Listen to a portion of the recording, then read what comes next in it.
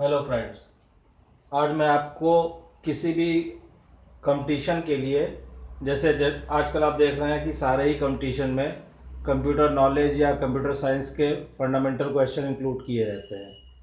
तो आपको जैसे आप कोई भी कंपटीशन दे रहे हैं, जैसे आरआरबी हो गया, एसएससी हो गया, एलआईसी हो गया, इस तरह के कंपटीशन में जो कंप्यूटर के क्वेश्चन आते हैं तो उसके लिए क्या रहता है कि क्या सिलेबस हो, कौन कौन से चैप्टर पढ़ें, किसी भी कंप्यूटर बुक से फंडामेंटल में क्या पढ़ना है। तो पहले मैं आज आपको सिलेबस के बारे में बताऊंगा कि कोई भी आप जो ऑब्जेक्टिव टाइप कंपटीशन दे रहे हैं उसमें कंप्यूटर के लिए, जैसे कंप्यूटर नॉलेज पूछता है तो कंप्यूटर साइंस के लिए आपका सिलेबस या कौन से टॉपिक आपको कवर करने हैं, जो इम्पोर्टेंट टॉपिक है इस तरह के कंपटीशन के लिए। तो देखिए, इसमें अभी पहले मैं आपको टॉपिक वाइज बात करूंगा, 1 2 3 4 5 6। तो देखिए, सबसे पहले जो आता है वो आता है introduction to computer. Introduction to computer कि अभी मैं आपको सारे टॉपिक में क्या चीजें कवर हो रही हैं उसके बारे में बताऊंगा एक एक करके। ठीक है। दूसरा है आपका कंप्यूटर आर्किटेक्चर। कंप्यूटर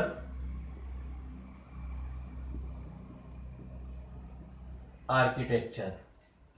इसके बाद आपको क्या पढ़ना रहता है, input output devices. Input and output devices. Next है कंप्यूटर मेमोरी। ये बहुत इंपॉर्टेंट पार्ट है किसी भी कंप्यूटर सिस्टम का, कंप्यूटर मेमोरी। उसके बाद आपको पढ़ना रहता है डाटा रिप्रेजेंटेशन, कि डाटा को कैसे रिप्रेजेंट करते हैं कंप्यूटर में। Data representation. और नेक्स्ट है आपका कंप्यूटर सॉफ्टवेयर। ठीक है, कंप्यूटर सॉफ्टवेयर। तो देखिए, उसके बाद और भी टॉपिक्स हैं, तो पहले मैं इसके बारे में आपको बता दूं कि मान लीजिए नेक्स्ट टॉपिक आप लिख लीजिए ऑपरेटिंग सिस्टम्स। Operating system. ठीक है। अब इसमें जो बात आती है आपकी, जैसे पहला टॉपिक है आपका इंट्रोडक्शन टू कंप्यूटर। तो ये मैं एक एक करके ये सारे टॉपिक कवर करूंगा अपनी सीरीज में। ये मैंने इसीलिए सेपरेट सीरीज बनाई है कि कंपटीशंस के लिए या प्रतियोगी परीक्षाओं के लिए आप कंप्यूटर नॉलेज के जो क्वेश्चन आते हैं कंप्यूटर साइंस के, उसको आप इजीली प्रिपेयर कर सकते हैं। जैसे इंट्रोडक्शन टू कंप्यूटर है, इस टॉपिक में आपको क्या कवर करना रहता है कि कंप्यूटर की शुरुआत कैसे हुई, भाई शुरू में कंप्यूटर किस फॉर्म में था, कैसे डेवलप किया गया, कैसे इन्वेंट किया गया। उसके बाद first generation computer, second generation computer, third generation computer. ठीक है। तो इस तरह से जो आज आप कंप्यूटर देख रहे हैं मॉडिफाइड फॉर्म में, i7 चल रहा है, इसके पहले i5 i3। तो ये पूरा कंप्यूटर का इवोल्यूशन कैसे हुआ, कंप्यूटर की खोज से लेकर और आज के समय में जो आप कंप्यूटर यूज़ कर रहे हैं वहाँ तक कैसे उसको क्लासिफाई किया गया, किस जनरेशन में कैसे, उसके बारे में आप इसमें पढ़ेंगे, इंट्रोडक्शन टू कंप्यूटर। सेकंड जो है आपका वो है कंप्यूटर आर्किटेक्चर। देखिए, कंप्यूटर आर्किटेक्चर का मतलब क्या होता है, आप हिंदी में से समझ लीजिए संरचना। ठीक है, कि कंप्यूटर का आर्किटेक्चर कैसा होता है। आर्किटेक्चर मतलब उसकी संरचना, कि भाई अंदर क्या होता है, कौन सी चीज कैसे जुड़ी होती है, प्रोसेसर में, मेमोरी में, डाटा बसेस में, ये सब चीजें, मतलब कंप्यूटर के जो कंपोनेंट्स हैं, आपके पार्ट्स, आप ये समझ लीजिए कौन कौन से पार्ट्स होते हैं उसमें और वो आपस में किस तरह जुड़े होते हैं और हर पार्ट की क्या वर्किंग है, इसके बारे में आपको इसमें पढ़ाया जाएगा। उसके बाद जो थर्ड है आपका input and output devices. Input output devices में क्या है कि कंप्यूटर में, किसी भी कंप्यूटर सिस्टम में कौन कौन सी इनपुट डिवाइसेस होती हैं। इनपुट, जो ये चैप्टर मैं पढ़ाऊंगा आपको तब आपको क्लियर करूंगा। जैसे इनपुट डिवाइसेस मतलब कि आप कंप्यूटर में डाटा किन डिवाइसेस के थ्रू आप इनपुट कर सकते हैं, डाटा भेज सकते हैं कंप्यूटर को। आउटपुट डिवाइसेस मतलब कंप्यूटर से जब डाटा प्रोसेस हो गया, जो कुछ भी करना था हमको, जो भी रिजल्ट मिल गया, तो उसके बाद वो रिजल्ट हमको मिल गया, कहाँ मिल गया, मॉनिटर पे मिल गया या प्रिंटर पे मिल गया या हमने फाइल बना के उसको आउटपुट फाइल बना के सेव कर लिया।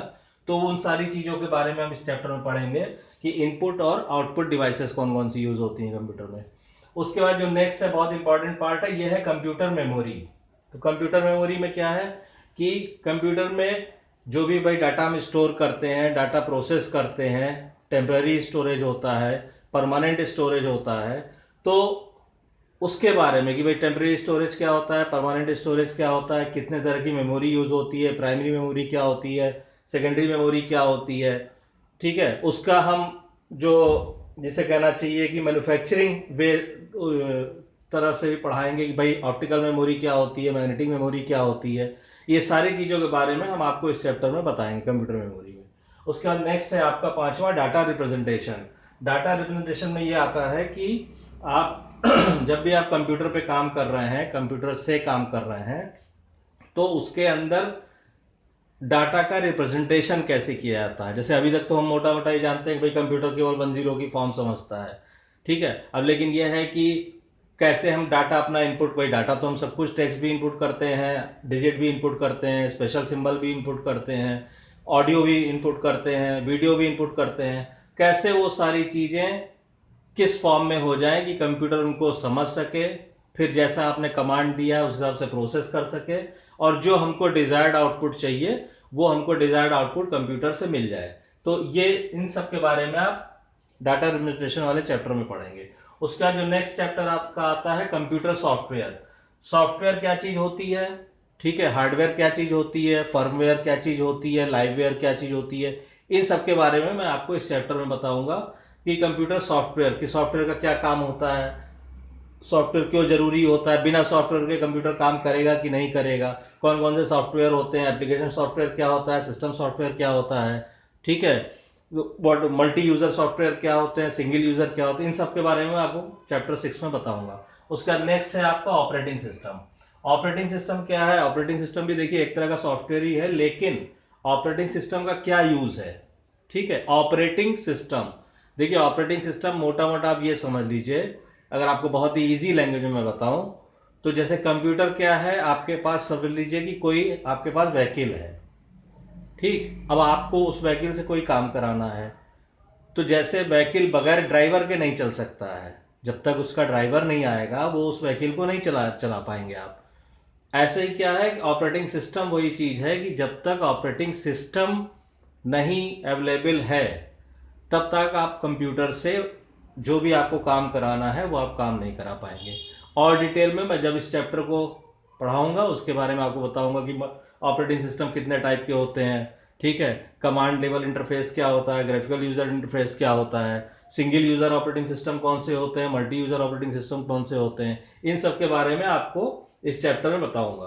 तो ये 7 चैप्टर तो ये हो गया आपके। अब उसके बाद नेक्स्ट जो आपको टॉपिक कवर करने हैं कंपटीशन पॉइंट ऑफ व्यू से, और आप इस सीरीज को अगर आप पूरा फॉलो कर लेंगे तो जितने भी कंपटीशन आपके जनरल कंपटीशन आते हैं, बैंक के हैं, LIC है, आपका RRB है, SSC है, इस सीरीज को कवर करने के बाद आपको इजीली आप उन क्वेश्चंस को कर पाएंगे। और दूसरी चीज़ क्या है कि अगर आप, जैसे मेरे पास क्वेश्चन बैंक भी है उन सीरीज पे डिपेंडेंट, जो इंपॉर्टेंट क्वेश्चंस हैं उनका मैंने क्वेश्चन बैंक बनाया हुआ है, तो जो भी स्टूडेंट इंटरेस्टेड होंगे अगर वो मुझे अपना मेल ID भेज देते हैं, कमेंट लाइन में आप कह देते हैं, तो मैं उनको वो क्वेश्चन बैंक उस पर्टिकुलर चैप्टर का खत्म होने के बाद मेल कर दिया करूँगा। तो it's all up to you, if you are interested you can send your email ID and I can send you the question bank and that is free of cost. There is no cost of those question। जो अपने जो subscriber हैं उनको वो question bank मैं free of cost provide करूँगा। तो ये तो हो गए ये फर्स्ट 7 चैप्टर। तो देखिए पहले ये 7 चैप्टर जब आप अच्छी तरह तैयार कर लेंगे तो उसके बाद जो 8, 9, 10, 11, 12 हैं, ठीक है, वो चैप्टर्स आपको इजीली समझ में आ जाएंगे। जैसे उसके बाद आपको जो पढ़ना है वो पढ़ना है 8th चैप्टर आपको पढ़ना है माइक्रोसॉफ्ट विंडो, या जिसे आप कहते हैं MS विंडो, माइक्रोसॉफ्ट विंडोज के बारे में पढ़ना, क्योंकि विंडो ही सबसे ज़्यादा कॉमनली यूज ऑपरेटिंग सिस्टम है। उसके बाद आपका हो गया नेक्स्ट, आपको जो पढ़ना है वो पढ़ना है माइक्रोसॉफ्ट ऑफिस। माइक्रोसॉफ्ट, ये तो आप जानते हैं कंपनी का नाम है ऑफिस, इसके बारे में पढ़ना है। फिर है नेक्स्ट आपका, वो है आपका डाटाबेस कॉन्सेप्ट। बहुत इंपॉर्टेंट चीज है ये, अभी मैं आपको बताता हूँ थोड़ा सा इसके बारे में, फिर डिटेल में तो जब ये चैप्टर पढ़ाऊंगा तब आपको क्लियर हो जाएगा। Database concept. नेक्स्ट है आपका डाटा कम्युनिकेशन एंड नेटवर्किंग। इस पे बहुत ज्यादा क्वेश्चन आजकल पूछे जा रहे हैं, क्योंकि आप देख रहे हैं कम्युनिकेशन टेक्नोलॉजी कितनी फास्ट होती जा रही है, तो ऑब्वियस सी बात है जब उसका यूज बढ़ रहा है तो उस पर डिपेंडेंट क्वेश्चन पढ़ रहे हैं कंपटीशन में। डाटा कम्युनिकेशन एंड नेटवर्किंग, ठीक है। उसके बाद नेक्स्ट है आपका internet and it's services. Internet के बारे में तो आजकल हर बच्चा जानता है, लेकिन केवल आप मोबाइल और स्मार्टफोन पे आप उंगली चला देंगे और आप बोलेंगे कि हमको आ गया सब कुछ, वो नहीं है। उसकी टेक्निकल एस्पेक्ट भी आपको क्लियर होना चाहिए कि भाई www क्या होता है, वेब क्या होता है, ठीक है, ब्राउजिंग क्या होता है, सर्फिंग क्या होता है, ये सारी चीज़ें, ये सारे टर्म्स आपको क्लियर होने चाहिए, तभी आप कंपटीशन के क्वेश्चन कर पाओगे। तो ये हो गया इंटरनेट एंड इट्स सर्विसेज, ठीक है। और जो लास्ट चैप्टर है इसमें, वो है आपका, वो बहुत इंपॉर्टेंट चीज है जो आज की डेट में आप देख रहे हैं सबसे ज्यादा फ्रॉड और तमाम तरह के साइबर क्राइम हो रहे हैं, कंप्यूटर सिक्योरिटी। Computer security. तो देखिए ये जो 13 चैप्टर हैं इनको आप कवर कर लेंगे तो आपका कोई भी कंपटीशन ऐसा नहीं है कि उसके आप क्वेश्चन ना कर पाए। अब जैसे 7 चैप्टर तक तो मैंने आपको ब्रीफिंग कर दी थी, 8वें चैप्टर में आपका ये है माइक्रोसॉफ्ट विंडोज। माइक्रोसॉफ्ट विंडोज में देखिए, जैसे आप लोग इसको MS विंडोज भी बोलते हैं, माइक्रोसॉफ्ट तो कंपनी का नेम है जिसने विंडो ऑपरेटिंग सिस्टम निकाला है, MS विंडोज, ठीक है। तो इसमें विंडो देखिए आज के समय में लगभग जो भी व्यक्ति कंप्यूटर यूज कर रहा है वो विंडोज के बारे में वो जानता है कि हाँ माइक्रोसॉफ्ट विंडोज क्या है, लेकिन विंडोज के जो कंपोनेंट्स हैं, ठीक है, उसमें विंडो एक्सप्लोरर क्या होता है और जो चीज़ें हैं, कंट्रोल पैनल क्या होता है, ये क्या होता है, वो सारी चीज़ें के बारे में मैं आपको माइक्रोसॉफ्ट विंडोज वाले चैप्टर में पढ़ाऊंगा। उसके बाद नेक्स्ट है आपका माइक्रोसॉफ्ट ऑफिस। माइक्रोसॉफ्ट ऑफिस क्या है, ये भी एक आपका एप्लीकेशन सॉफ्टवेयर है जिसके अंदर ये पूरा एक पैकेज होता है, जिसके अंदर आपने सुना होगा कि जैसे माइक्रोसॉफ्ट ऑफिस के अंदर क्या क्या होता है, वर्ड होता है, ठीक है, एक्सेल होता है, पावर पॉइंट होता है, ठीक है, एक्सेस होता है, ये सारी चीज। अब इनमें ये जो अलग अलग एप्लीकेशन सॉफ्टवेयर हैं सबका पर्टिकुलर अलग अलग यूज है। जैसे MS वर्ड है, लेटर ड्राफ्टिंग वगैरह काम आता है, आपको चैप्टर लिखने हैं, लेटर लिखना है, मतलब टेक्स्ट मटेरियल के लिए। एक्सेल है, ये आपको अगर जैसे कैलकुलेशंस वगैरह करनी है, डेटाबेस वगैरह, टेबल वगैरह, तो आप एक्सेल में करेंगे। पावर पॉइंट, अगर आपको प्रेजेंटेशन, सेमिनार में प्रेजेंटेशन देना है, आपको अपने क्लासरूम में प्रेजेंटेशन देना है, डिफरेंट तरह की टेम्पलेट्स डिज़ाइन करने हैं, वो आप ये पावर पॉइंट में कर सकते हैं। उसके बाद MS एक्सेस जो है ये आपका एक तरह से DBMS है, ठीक है, ये जो यहाँ दिया हुआ डाटाबेस कॉन्सेप्ट, ये भी आपका एक तरह से DBMS है। DBMS क्या होता है अभी नेक्स्ट चैप्टर में मैं आ रहा हूँ आपको बता रहा हूँ, ठीक है। तो माइक्रोसॉफ्ट ऑफिस में आप ये सारी चीज़ें पढ़ेंगे।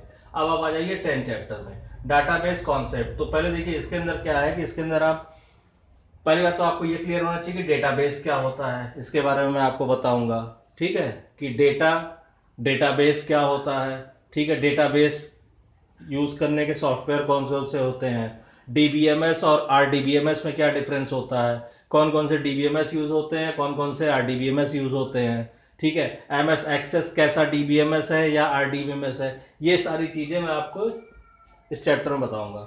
उसका नेक्स्ट है आपका डाटा कम्युनिकेशन एंड नेटवर्किंग।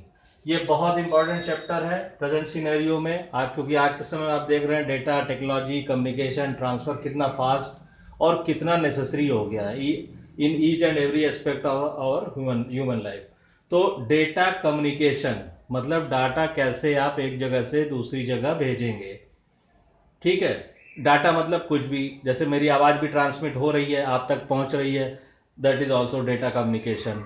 हम कोई कोई भी तस्वीर, कोई भी फ़ोटो हम व्हाट्सएप पे भेज रहे हैं अपने मित्र को, that is also data communication. हम मेल कर रहे हैं, that is also data communication. Networking का मतलब क्या हुआ कि जब एक से ज़्यादा लोग, या ऐसे कह लीजिए दो या दो से ज़्यादा लोग आपस में किसी भी तरह जुड़े हुए हों। अब किसी भी तरह, जब मैं डिटेल में जाऊंगा इसमें तो आपको बताऊंगा, तो वो चीज़ कहलाती है नेटवर्किंग। मान लीजिए अगर 4 लोग हैं, चारों के कंप्यूटर आपस में जुड़े हुए हैं, चाहे तार से, चाहे वायरलेस से, चाहे इंटरनेट के थ्रू, वो सारा आपका नेटवर्किंग में आता है। ठीक, उसके बाद नेक्स्ट है आपका इंटरनेट एंड इट्स सर्विसेज।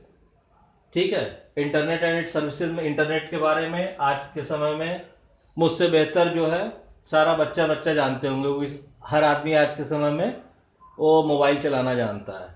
लेकिन इंटरनेट एक्चुअली क्या है, क्या इसका यूज़ है, क्या इसका स्टैंडर्ड फॉर्मेट है, क्या आईपी एड्रेस होता है, ठीक है, इंटरनेट सर्विस प्रोवाइडर क्या होता है, ठीक है, वो सारी जो टेक्निकल चीज़ें हैं, और इसकी सर्विसेज क्या होती हैं, वीओआईपी क्या होता है, वॉइस ओवर इंटरनेट प्रोटोकॉल, ये सारी चीज़ों के बारे में मैं आपको बताऊंगा, और इस हिसाब से बताऊंगा आपको कि एग्ज़ाम में जैसे क्वेश्चन पूछे जाते हैं।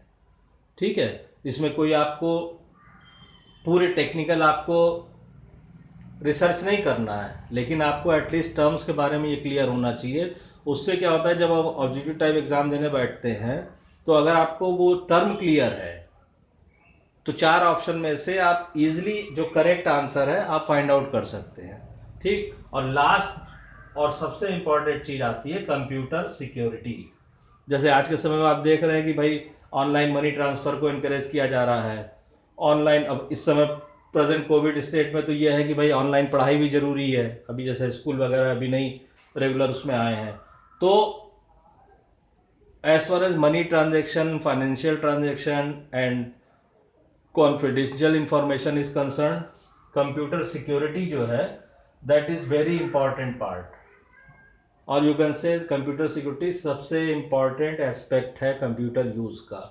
तो कंप्यूटर सिक्योरिटी में कैसे क्या होता है, कैसे सिक्योर करते हैं, फायरवॉल क्या होता है, ठीक है, और भी तमाम सॉफ्टवेयर जो सिक्योरिटी में यूज़ होते हैं, सिक्योरिटी ब्रीचेस, सिक्योरिटी कहाँ टूटती है, कैसे हैकर क्या होते हैं हैकिंग क्या होती है, कैसे लोग जो है दूसरे की वेबसाइट को हैक कर लेते हैं, कैसे कि दूसरे की आपका कॉन्फिडेंशियल इंफॉर्मेशन को निकाल सकते हैं, उसमें कौन से टूल्स यूज़ होते हैं, कौन सा हार्डवेयर यूज़ होता है, कौन सा सॉफ्टवेयर यूज़ होता है, उन सारी चीज़ों के बारे में आपको कंप्यूटर सिक्योरिटी वाले चैप्टर में बताऊंगा।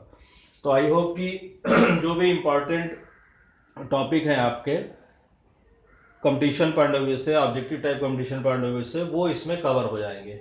तो अब एक एक करके मैं चैप्टर नंबर 1 से, इंट्रोडक्शन टू कंप्यूटर से शुरू करूंगा। ये पूरी सीरीज़ है, होपफुली ये आपका जो है 28 या 30 वीडियो एक महीना आप मान लीजिए, 1 महीने की वीडियो लेक्चर में ये पूरा कवर हो जाएगा। ठीक है, क्वेश्चन बैंक में मैं हर चैप्टर के बाद मेरे पास रेडी हैं, जो लोग भी इंटरेस्टेड होंगे कमेंट लाइन में मुझे बोलेंगे या अपनी मेल आईडी मुझे देंगे, तो मैं उनको, जो मेरे सब्सक्राइबर हैं उनको मैं फ्री ऑफ कॉस्ट डाल दूंगा, वो अपना उसको देख सकते हैं। लेकिन ये जो सर्विस है फ्री ऑफ कॉस्ट वाली, ये केवल जो सब्सक्राइबर हैं अपने चैनल के उनके लिए ही अवेलेबल है। ठीक है, तो आई होप कि अब आप क्या कीजिए कि अब आप ये खाली टॉपिक्स और इनके बारे में आप तैयारी शुरू कर दीजिए। ठीक है, फिर नेक्स्ट वीडियो से मैं चैप्टर नंबर 1 से शुरू करूँगा, इंट्रोडक्शन टू कंप्यूटर, और आई होप कि आपको ये सारी चीज़ें क्लियर हो गई होंगी। मैंने काफ़ी basic as a layman language में पढ़ाया है, और होपफुली आपका 1 महीने में पूरा जो आपका ऑब्जेक्टिव, चाहे आपका बैंक है, आरआरबी है, एसएससी है, एलआईसी है, एडमिनिस्ट्रेटिव ऑफिसर के जो वैकेंसीज निकलती हैं, इनकम टैक्स है, और तमाम गवर्नमेंट डिपार्टमेंट में जहाँ पे बेसिक कंप्यूटर नॉलेज वाले क्वेश्चंस आते हैं, ये सीरीज़ करने के बाद आप वो क्वेश्चंस ईजिली सॉल्व कर लेंगे। Thank you.